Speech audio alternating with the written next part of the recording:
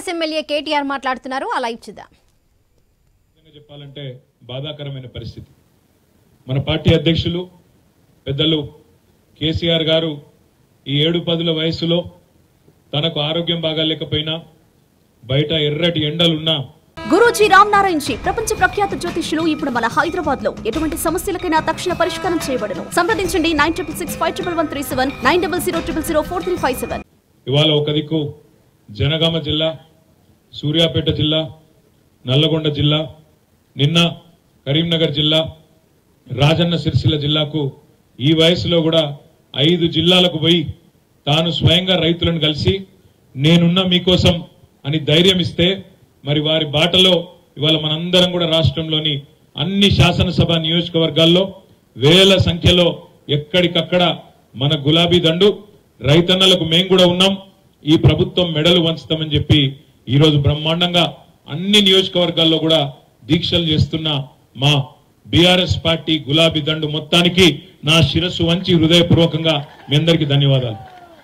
నిన్నగాక మొన్న నేను వికారాబాద్ పోయింటి. వికారాబాద్ పోతే అక్కడ మీటింగ్కి కొద్ది టైం ఉంది, కొద్దిసేపు ఆగుండ్రి అంటే ఒక ఛాయ్ హోటల్ కాడ కూర్చున్నాం. ఛాయ్ హోటల్ కాడ కూర్చుంటే అక్కడ ఒక పెద్ద మనిషి కలిసిండు, లక్ష్మయ్య అని ఒక రైతు. ఉత్తరానే మాట్లాడుకుంటూ కూర్చున్నాం కొద్దిసేపు. ఇప్పుడు మన రాములన్న మాట్లాడినట్టే ఆయన కూడా అన్ని కుల్లం కుల్లా చెప్పిండు. ఏం లక్ష్మయ్య మొదట ఓటు ఎక్కడేసినావు అన్న అని అడిగిన నేను.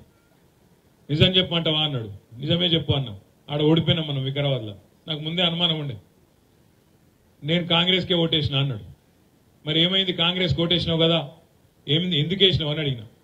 ఎందుకు వేసినావు ఏమున్నది, 15,000 ఇస్తా అన్నాడు, కౌలు రైతులకు సాయం చేస్తా అన్నాడు, కేసీఆర్ 10,000 అంటే నేను 15,000 అన్నాడు.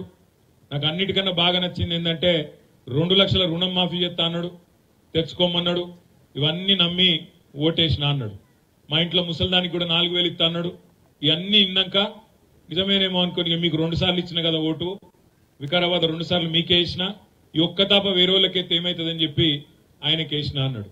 మరి ఏమైంది లక్ష్మణ ఇప్పుడు అన్నా.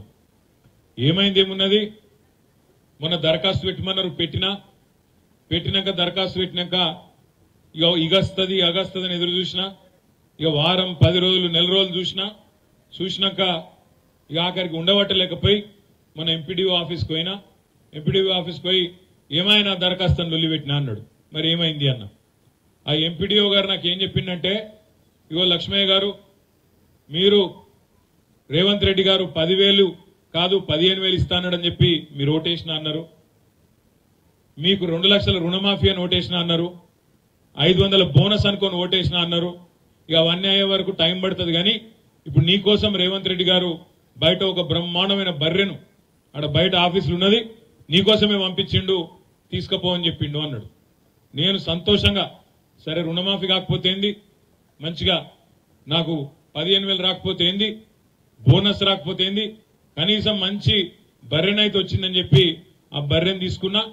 బయట రాగానే బర్రె కనబడ్డది, దాన్ని పట్టుకొని తీసుకొని ఇంటికి తీసుకుపోయినా అని చెప్పిండు.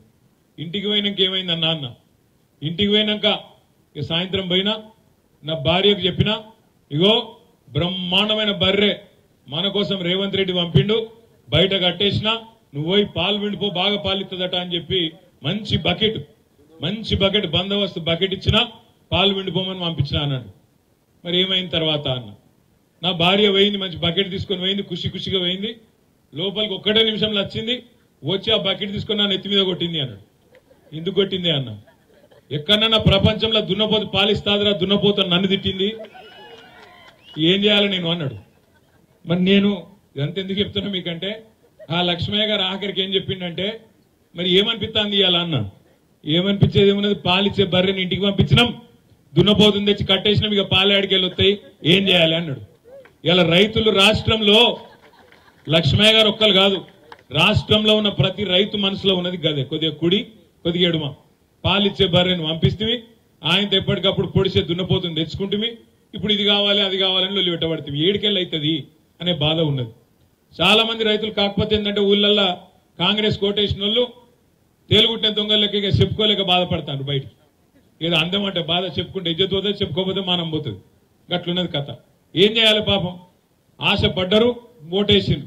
ఓటేసినాక ఇవాళ రేవంత్ రెడ్డి గారు ఉత్తమ్ కుమార్ రెడ్డి గారు సావు కబురు చల్లగా చెప్తాను, ఓ ఎలక్షన్ కోడ్ వచ్చింది, పాలన మా చేతుల్లో లేదు, ఏం చేయాలి అంటుండు. ఎవడన్నా ముఖ్యమంత్రి పాలన నా చేతుల్లో లేదని చెప్తాడా? ప్రపంచంలో ఎక్కడన్నా ఎలక్షన్లు వస్తాయి పోతాయి, ముఖ్యమంత్రి నువ్వే, ప్రభుత్వం నీదే. ఒక ప్రభుత్వాధినేత పాలన నా చేతుల్లో లేదు, ఎలక్షన్ కమిషన్ చేతుల్లో ఉందని చెప్తారా ఎవడన్నా? అయినా మాకు తెలియకడుగుతారు, రేవంత్ రెడ్డి గారు నీకు నిజంగా చిత్తశుద్ధి ఉంటే, నీ ప్రభుత్వానికి చిత్తశుద్ధి ఉంటే మేము డిమాండ్ చేస్తున్నాం. నిన్ననే మా పార్టీ అధ్యక్షులు తెలంగాణ తొలి ముఖ్యమంత్రి కేసీఆర్ గారు డిమాండ్ చేసిండ్రు, మేము కూడా ఇవాళ ప్రతి నియోజకవర్గం నుంచి చేస్తున్నాం. నీ ప్రభుత్వానికి చిత్తశుద్ధి ఉంటే రైతులకు స్పష్టంగా చెప్పు. 500 బోనస్ విషయం అడిగితే అది బోగస్ ముచ్చటనా నిజమా అని ఇవాళ మేము అడిగితే ఎలక్షన్ కోడ్ వచ్చింది అని చెప్పి ఇవాళ కుంటిసాకులు చెప్తున్నావు. ఎలక్షన్ కోడ్ రాకముందే మేము అడిగినాం, నీకు చిత్తశుద్ధి ఉంటే జీవోది అన్నాం, కానీ నువ్వు తప్పించుకునే ప్రయత్నం చేసినావు. ఇవాళ ఇప్పటికైనా నీకు చిత్తశుద్ధి ఉంటే రేవంత్ రెడ్డి గారు మీరు వెంటనే ఎన్నికల కమిషన్కు ఉత్తరం రాయండి. మేము మీలే కాపం. మీరు ఆనాడు అసెంబ్లీ ఎన్నికలప్పుడు మేము రైతు బంధు ఇస్తుంటే మీరు ఉత్తరం రాసి ఆపిన్రు. అయ్యో ఇప్పుడు వేస్తే కేసీఆర్ కోట్లు పడతాయి, ఇప్పుడు ఇయ్యనియద్దు రైతు బంధు అని చెప్పి నీ పార్టీ ఆ రోజు ఎన్నికల కమిషన్ కు చెప్పి రైతు బంధును అడ్డుకున్నది. మేము నీలాగా తిర్రి పనులు చేయం, మీలాగా పిచ్చి పనులు చేయం. నువ్వు రైతులకు ఇయ్యాలా నిజంగా నీకు చిత్తశుద్ధి ఉంటే నీ ప్రభుత్వానికి ఎన్నికల కమిషన్ కు ఉత్తరం రాయి. ఏమని రాయి? మేము 500 బోనస్ ఇయ్యదలుచుకున్నాం, తెలంగాణలో ఇప్పటికే పంట నష్టం జరిగింది, కొన్ని దగ్గర రాళ్ల వానలు పడ్డాయి, వాటి వల్ల ఇప్పటికే రైతులు అవస్థలు ఉన్నారు, కాబట్టి అవస్థల్లో ఉన్న రైతులను ఆదుకునేందుకు నేను ఇచ్చిన మాట ప్రకారం 500 బోనస్ ఇయ్యదలుచుకున్నా అని చెప్పి ఉత్తరం రాయి. మేము